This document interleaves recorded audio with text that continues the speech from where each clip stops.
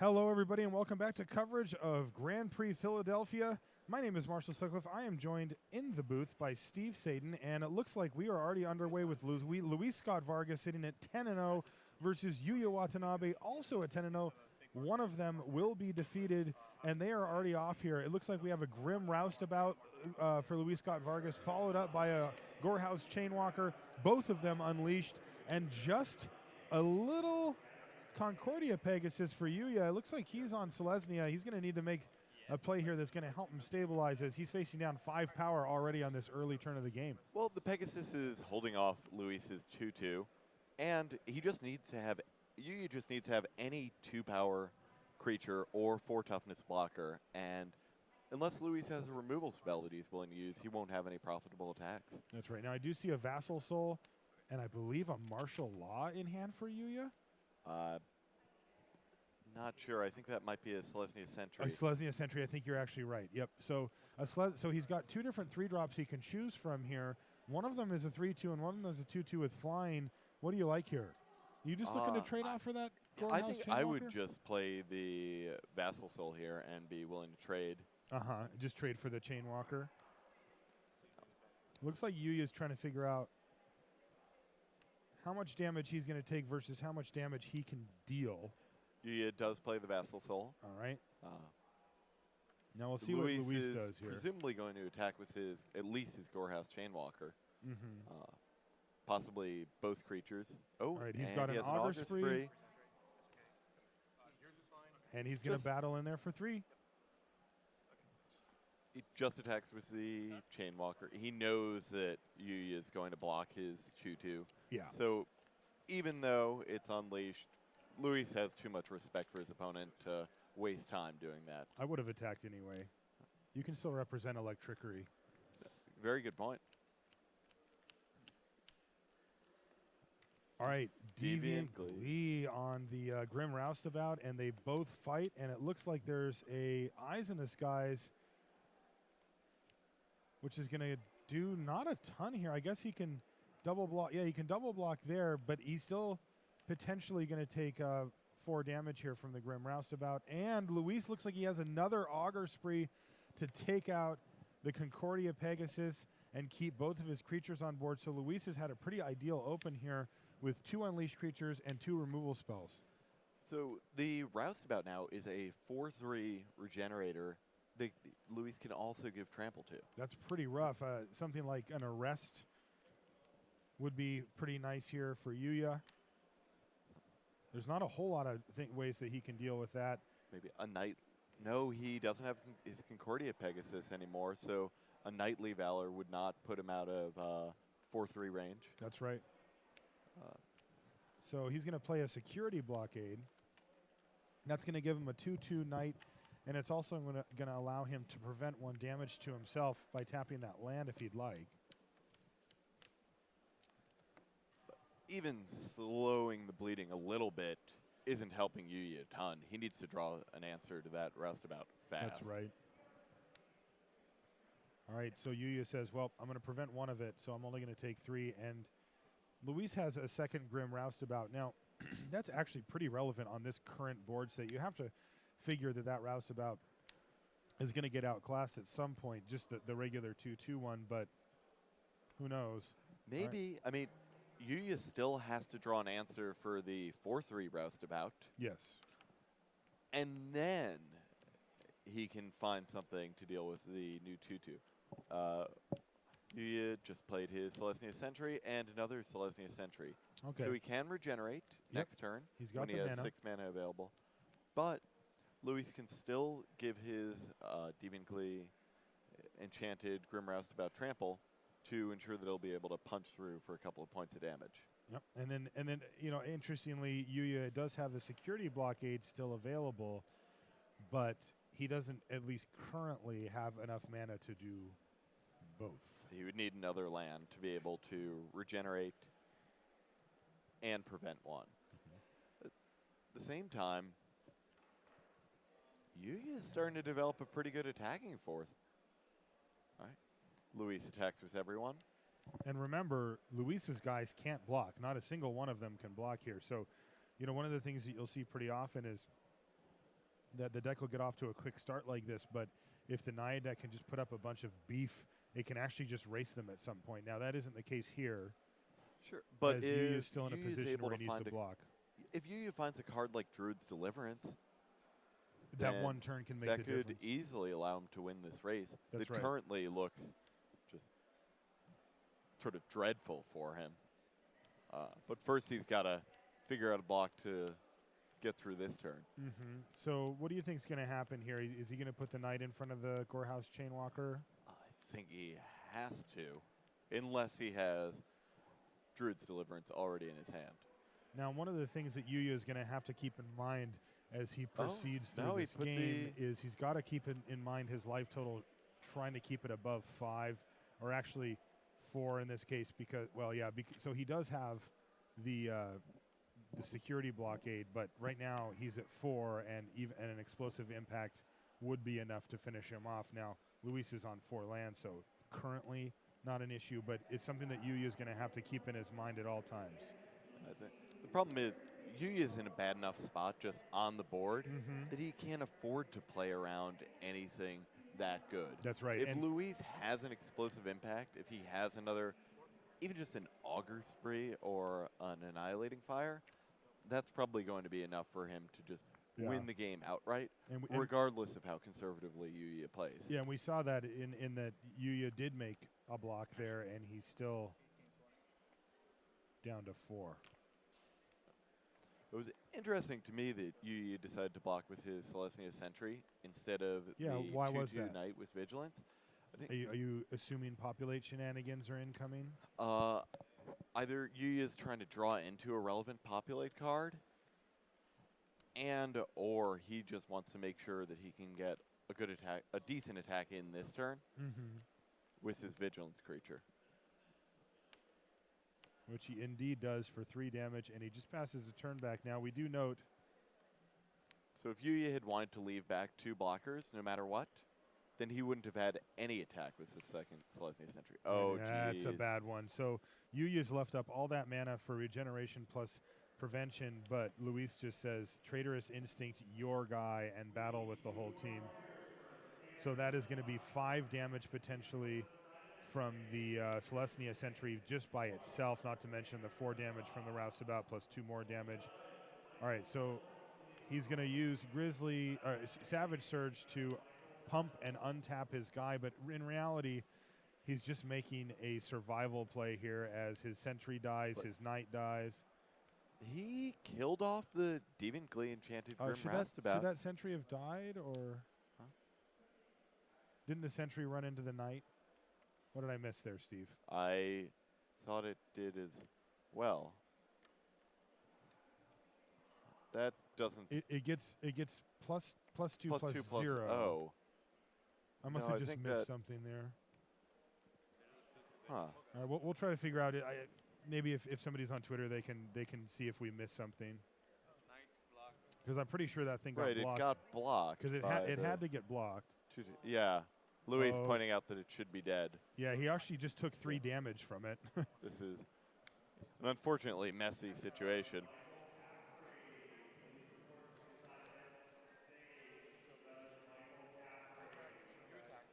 Yeah, the players were just playing so fast. Yeah, Right. and you know, like you said, they have a lot of respect for each other's games, so that allows you to play pretty quickly when you don't have to scrutinize every single move. But also, yeah, sometimes things get overlooked in Magic, and Especially because the creature would have gone to Yuya's graveyard, right. which sort of adds this extra level of sort of non-intuitiveness. Yeah, so like, 'cause Luis you- handed the card back to Yuya. That's right. He just kind of slid it back over. So, all right. Well, it looks like we have alerted the judge, and I think Luis noticed it too. So they're going to take care of that right now. But things are looking pretty good for Luis here. Although, assuming that Celestia Sentry's gone, the board state for Yuya is actually not horrific, right? Well, he has the blockade. Yeah, so he he's can prevent a taking 1 a damage. turn. He just attacked with the sentry that should be dead, Mm-hmm. but presumably that means that he has another spell in his hand. That's right. Or was that even the turn before that he attacked with that sentry? Well, he just attacked with Okay. it this turn. The turn prior, he attacked with his token and his bird token and his knight token Okay. to ensure that he would have 2 blockers up, I see. which is why he had blocked with a Celestia Sentry the turn before that instead of the knight token, because he knew that he wanted to leave 2 creatures untapped. Okay. So even though Celestia Sentry might look better than the 2/2 Knight with Vigilance, if he wasn't going to get in an attack with it, there was really no point in prioritizing it. I've noticed that Vigilance is particularly strong versus these Rakdos decks that want to unleash everything, because you just get like free attacks, right? Because you often do need to leave blockers back, but you can just battle in there and they can't block you if they're on the plan like what Luis has. Interesting as well, Luis yesterday during the sealed portion was also on Rakdos. I mean, his deck was very, very strong, and it was very cleanly Rakdos, and now he's gone with this again. Clearly, the cards have been flowing in Luis's direction in Rakdos, and he's certainly not one to shy away from playing an aggressive deck when he needs to.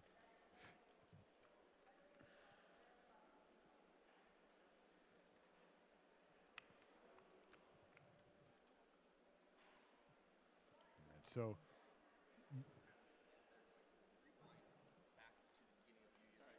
okay. Okay. Okay, so what they're going to do, Ben Schwartz ran over there to get the story for us. Thank you, Ben. Is they're going to rewind back to the beginning of Yuya's turn where the thing shouldn't have been alive, and they're going to fix. Looks like they're going to fix the life total and then reevaluate from there.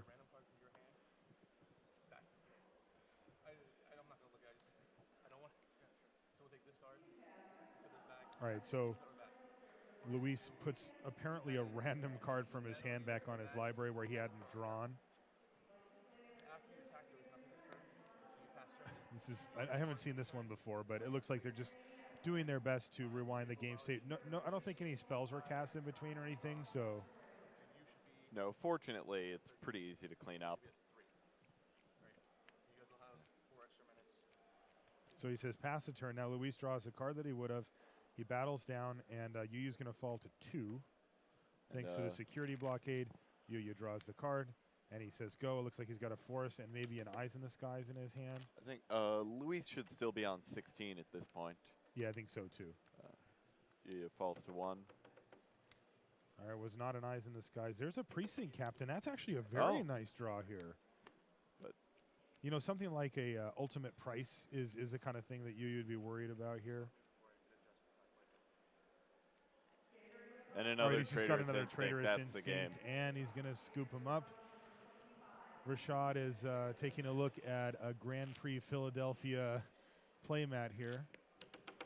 If you guys haven't had a chance to see the playmat, it's it's pretty unique. It is really funny, and Rashad was actually just wearing it. So, all right, get a look at Luis there. He's in business mode.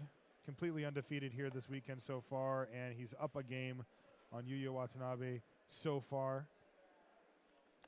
Taking a look at his sideboard, although I got to say, his main board looked pretty sweet against Yuya's deck here with double Traitorous Instinct. It's pretty good when you're playing against Celestia, generally speaking.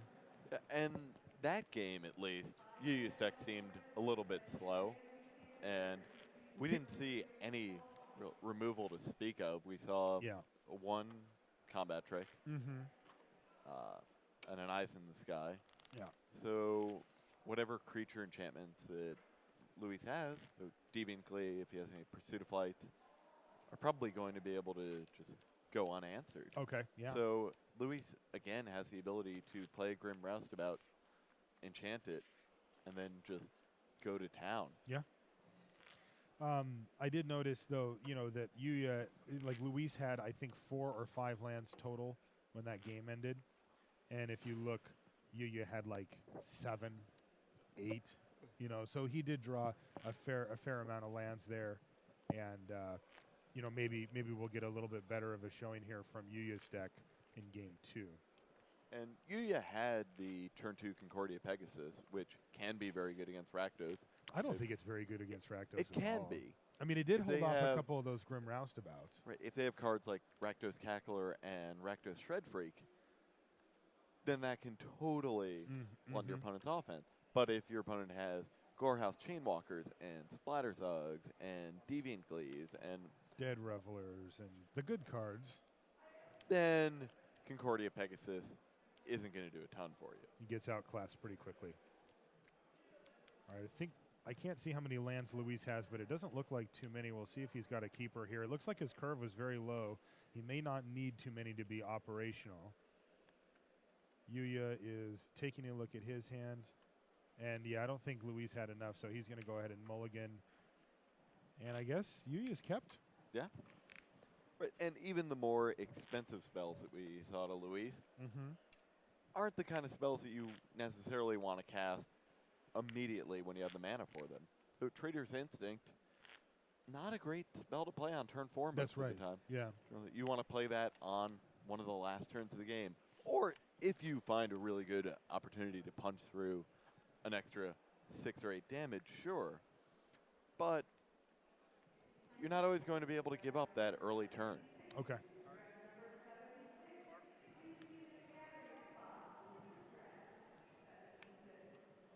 Yuya is going to have to be hyper aware about the fact that Luis does have at least the two Traitorous Instincts now. All right. So here we go again with the Concordia Pegasus. Let's see what Luis has for turn 2. This is going to be important. If it's a Grim Roustabout, it's not. It's a Gorehouse Chainwalker. It's going to outclass that Pegasus here. And since Yuya's not blocking with it anyway, he's going to battle. And what's the 3-drop? It is another Security Blockade. That's a fine one here, right? It's going to prevent a little damage later, and it can trade off for the Chainwalker now. Yeah. So does Luis have a removal spell? He's got Deviant Glee and a Rakdos Shred Freak. Now, you just mentioned that card, and that Pegasus looks like it is going to be on blocking duty this game. I don't think that Yuya wants to trade his Knight for the Shred Freak when he can block it with the Pegasus next turn, but you don't want to take any extra damage either.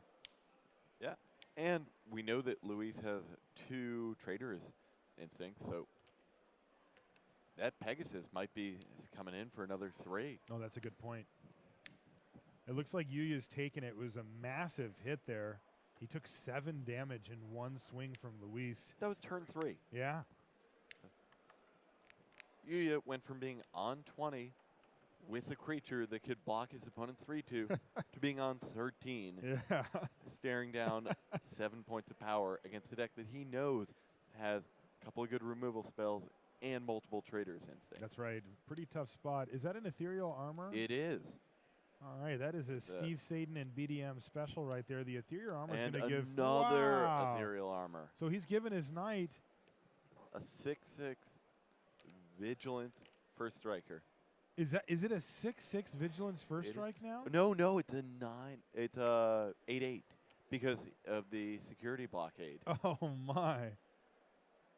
Is that a Gorehouse Chainwalker number It 2? is. It is. Ah, and he's also got a Deathrite Shaman there. So that's going to give him some amount of reach. But all of a sudden, Luis is on his heels here. So in a lot of formats, auras and creature enchantments just would not be good against a deck with a good amount of removal. You're just setting yourself up to get 2 for 1. Or 3 for 1. The case may be. But if your opponent's removal is stuff like Augur Spray, they might never get an opportunity to kill it. Yeah. It's Eyes in the Skies, making a bird and a Knight token. Yeah, it is definitely ultimate price. That is the one that Yuya doesn't want to see there. But right now, he is attacking for just a ton of damage here. 8, 9, 10. That's lethal damage right there. So Luis is going to have to put the he's going to have to chump block with his Deathrite Shaman. He's going to do 2 damage by taking the Eyes in the Skies out of the graveyard. But Luis is dead next turn. Can't find a blocker. And even then, Centaur and Healer. a Centaur Healer. Yuya is just laying it on thick. I think that's going to be the game here. Yeah. It is indeed. Luis Scott Vargas concedes. And we're going to have a game 3. Wow. Yuya very calmly just lays down serious beats off the back of 2 ethereal armors, making you very proud, Steve Sadin. I'm a huge Ethereal Armor fan, and while I've been playing it primarily in Boros and Orzhov decks, clearly it can also be put to good use in Selesnya. Works well with security blockade, and it created a threat that was just too big. Narrowed down how many answers Luis could possibly have to that kind of a threat. You know, like you mentioned, Augur Spree would have been great on the first one, and even on the second, but after they were both down, it was too late for even Augur Spree to take the thing down. Burn spells aren't going to kill it either, including Explosive Impact, which Luis was like 3 mana or 2 mana away from playing anyway. So it was really, I think, just like a Dreadbore or an Ultimate Price, you know, like a fairly narrow range of answers that Luis could have. And since he had already unleashed, you know, a couple of his guys, like, it's not like he could block there. He just had very few options all of a sudden. No, and even if he has a card like Assassin Strike, that costs 6. It's going to take him a while to be able to do that. Yeah, that's a good point. Assassin Strike's a good one, too, that he can have. But, yeah, he's going to be dead before then with no blockers. Plus, the Knight has Vigilance, so Luis doesn't even have any good attacks. Well, he was able to hit you can't race that thing. Luis had 7 power on turn 3. Yeah. Knock Yuya down to 13. Uh-huh. And then he was just completely outclassed a half a turn later. By 1 creature with 2 sets of armor on it. All right, so Luis is going to be on the play here. Now, remember, Luis also does have those Traitorous Instinct, and that's pretty good when your opponent piles up a ton of enchantments and such on their creature. All right, so Luis and Yuya both keep. Luis leads with a mountain, follows up with a swamp, and does not have a 2-drop. That's really big. Oh, and as a Precinct Captain for Yuya, that thing is huge on defense, and it can also just start creating tokens afterwards. Luis is going to play a Splatter Thug, and is he going to unleash it? I don't think he can. No, he's not. He's just going to say go. This is a big turn here. Usually once you start connecting with that Precinct Captain, it doesn't get any better, but it looks like he's just going to follow up with a Centaur Healer and pass the turn back. He will be able to attack with that healer profitably, though.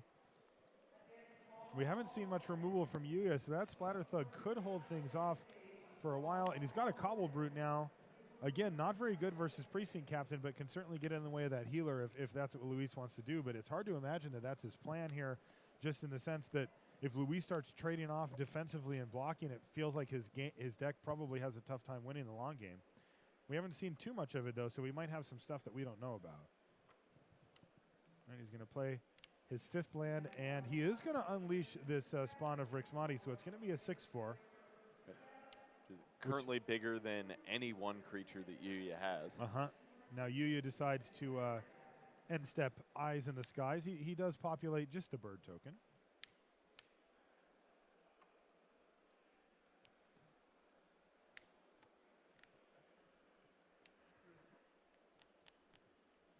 Yuya goes in the tank a little bit. Doesn't look like he has any attacks currently. So the question is, you know, what is he going to play, and is it going to be on his turn? Combat Tricks certainly entering the equation here. Whenever you're in the Selesnya deck, you have access to just a ton of different combat tricks. Nope, he's going to play 5 mana for a Knightly Valor. He's going to put it on his Precinct Captain, which is going to buff that thing to a 4/4 with First Strike. So he is making himself vulnerable to Augur Spree. That is true, but he is going to get this attack in, and it looks like he's going to get a soldier token out of the exchange. So even if Augur Spree, I mean, don't you think that Luis would have used Augur Spree, or do you think maybe he would set up his entire board and then go for one big Augur? He hasn't had a great opportunity to. Okay. He could have snuck in an attack with his Splatter Thug for 2 damage. But it would have cost him his board development? It's not worth it, especially when he already knows that his opponent has a bunch of auras. And Luis just took the damage, fell to 14, and allowed Yuya to generate a soldier token. Interestingly, both players playing the same guild that they did in the sealed portion. We saw Yuya, he was splashing black, but he also was base Selesnya with growing ranks and a bunch of other awesome populate token makers and such. And Luis yesterday was on Rakdos, so they seem to have found something that works for them and are sticking with it. Also, they were sitting next to each other. No, they were sitting 3 seats away from each other in the draft. Okay. So they're also reading the signals in the draft pretty well to end up in completely different colors from one another. Yet both seem to have very strong decks. I really like Luis's deck quite a bit, and Yuya's deck seems to have a very high power level as well. Grim Roustabout. With no Unleash. Now, it serves as actually just an excellent blocker here. It can get in the way of that Precinct Captain. Which he needed. He definitely needed to do. The Spawn of Rix Mahdi did not attack. He just can't. So the Precinct Captain. Yeah, 4/4 First Strike Vigilance is just wrecks Luis's deck. He's going to want to find an answer for that as quickly as possible, but he clearly doesn't have one in hand. Because just playing the Grim Roustabout certainly isn't his ideal play there. Now, Luis was on the play this game, but he didn't have a 2-drop, and consequently, he's been backpedaling this whole time. Exactly. In games 1 and 2, we saw Luis produce a Gorehouse Chainwalker or a Grim Roustabout on turn 2, but he just wasn't able to here. This game, it was Yuya who came out swinging. He had a Precinct Captain, a Centaur Healer, an Eyes in the Skies, and a Knightly Valor. And now he's going to just battle with a whole bunch of guys. It looks like the Centaur Healer is going to get traded off for the Cobble Brute, and Luis will simply regenerate. He is taking 2 damage on the ground, though, or excuse me, in the air. So Luis's life total slowly ticking down. A security blockade is going to add even more fun. And a second Precinct Captain for Yuya? Oh, wow. Yuya's deck is a lot faster and a lot better than it appeared in game 1. That's true. I think he just drew a few too many lands in that game, but... Luis joking that he had a Street Spasm for 2. Or a Mizzium Mortars. Yeah. There's no reason why he couldn't have one. It's a pretty easy first pick.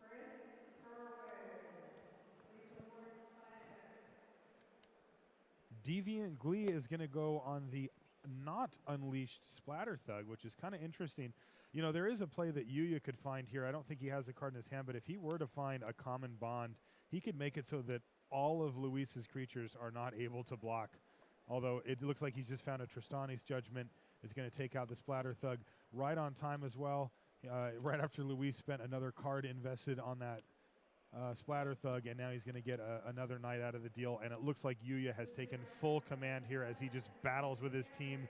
And Luis Scott Vargas is left with only his hand to extend as Yuya improves to 11-0. Luis is sitting at 10-1 now, and he's still in prime position to make a run for the top 8 here. And it looks like his deck was pretty strong as well. But Yuya's deck was sweet. Yeah. Double Precinct Captain? Are you kidding me? Yuya very well might be just the best player in the world right now. Yeah, there's a very reasonable chance. I think if we talked to Luis, he would probably he probably wouldn't argue too hard against that. Although it is an argument. Is this the Is this the other match? All right, so on the right side of your screen, we have Gerard Fabiano, former GP Philadelphia champion the last time it was here. And on the left, that is Pro Tour Return to Ravnica champion Stanislav Sivka. He piloted the eggs list, as it's known. There's a bunch of names for the deck, but he was the guy that took that thing and only lost really a handful of games on the whole weekend. A single match? One match and a couple of games. And we see Gerard deep in the tank here. He has a Nivix Guild Mage. He's got an Izzet Keyrune and a Frostburn Weird, I believe. Yeah, and he's attacking with them. He's facing down 2 Grim Roustabouts. It looks like one of them doesn't have any counters on it, and the other one has 3 somehow. And we're waiting to get the life total update so we have a better sense of what's going on in the game.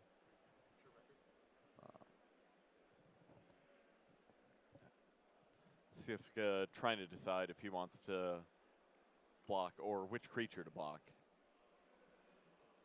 So he can regenerate his Grim Roustabout. So he can put it in front of the Frostburn Weird if he's worried. No, he just puts it in front of the Guild Mage. So he's guaranteed to prevent 2 here, and if Gerard wants to get in for more damage, he's going to have to use up his mana. And we see now that Sifka, he's sitting on 7 mana up to 6 mana sources on the other side. All right, so interesting. So there's the regeneration ability is on the stack, and it looks like an Izzet Staticaster for Gerard Fabiano is going to flash in with the ability still on the stack, and it's going to ping that Grim Roustabout, which is going to actually just kill it. We see that attack knocked Sifka down to 8 life, while Gerard is on 3. Oh, Gerard's sitting at a very precarious life total here. He's facing down a 4/4 Grim Roustabout. He's gonna activate his key rune and block. Sifka says, sure. You see Gerard's got his hands on his head. He is deep in concentration here. Sifka plays his 9th land here. Definitely has enough to do whatever his deck is wanting to do. And again, we saw Gerard on that last turn put himself into a position where he would just die if Sifka had any trick, any removal spell. That's right. But he just doesn't have the luxury to try to play around things. It looks like he's trying really hard to finish this match off. He is up a game here. He's under a lot of pressure right now, though. If he attacks with both, he can get in for 6 damage potentially, knocking Sifka down to 8. He can then block with his Izzet Staticaster and then finish him off. It looks like that's what he's considering doing here. Also, I'm not sure how many cards Gerard has in hand, but the Nivix Guild Mage does allow him to loot, draw a card, and then discard a card from his hand. But if he does that, then that's not going to leave him with much mana left over. He would then have to put all of his mana into the Frostburn Weird to get that extra 3 damage. And also we note he is going to use the ability, and he's going to use blue, blue, red to do it. So he's actually only has 2 activations on his Frostburn Weird available. He draws, looks like he's got an island. And what is that in his hand there? I can tell that it's a gold spell, but okay. I'm not sure what it is. I couldn't quite get a view on it either. Gerard typically holds his cards pretty upright, so it can be tough to tell sometimes. He does have to discard one of these cards, though. And it looks like he's going to hold the island in his hand. Oh, it's a Skymark Rock, which he could not cast this turn. Yep, he really wanted to have that island up so that he could get in for the full damage here. And right. He says 2. Oh, pump on the stack. Sifka saying, wait a second, I need to think about this. Let Gerard continue going. Sifka could be running some type of bluff here, just trying to make Gerard think twice about pumping all the way up. But nope, there's nothing. He just falls down to 2 as he takes 6 damage here. Right. And Gerard says, well, I hope this works, because if he has any way to get rid of that Izzet Staticaster, Gerard will be dead. But if he doesn't, it looks like Gerard's got this match. Remember, that Grim Roustabout cannot block. So both of Gerard's creatures are lethal here, potentially. He says, I'm going to fight. Block with my Staticaster. Staticaster dies.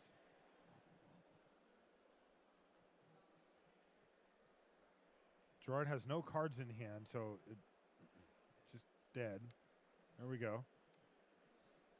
And he plays a Batterhorn and chips the turn back with 3 mana, but I don't think that Gerard is... I think Gerard is very confidently going to be able to just attack right into that Batterhorn and not worry about it. Both of his creatures are lethal. Yeah. He knows that Sifka didn't have the Batterhorn last turn, or he would have cast it. That's right, and he also knows that Sifka couldn't have done anything about the attack last turn, or he would have done it. I think he's going to play an Inspiration here, pre-combat. That makes a lot of sense. Yes, he does look like he has the win on the table, but it's not for sure, so you should definitely be careful. Sifka's going to go through the motions of blocking. He's going to make Gerard pay the mana, and for some reason, Gerard just pumps it once, and that's lethal. And Stanislav Sifka extends the hand. Gerard improves to 10-1. And Stanislav Sifka sitting at 9-2, so his window that is shrinking a little bit on the top 8, but he's certainly in contention still. Right. He probably cannot afford to lose another match at this point, though. Gerard on